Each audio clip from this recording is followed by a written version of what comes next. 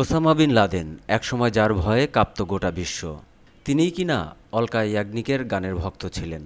আল কায়েদার প্রতিষ্ঠাতা Osama bin লাদেনের পিছি থেকে উদ্ধার হওয়া হিন্দি প্লেলিস্ট অন্তত সেই কথাই বলে।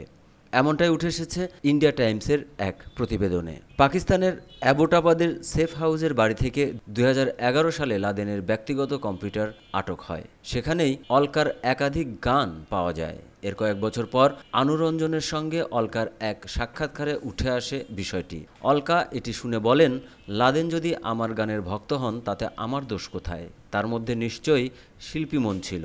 সেই জায়গা থেকেই হয়তো উনি গান শুনতে পছন্দ করতেন।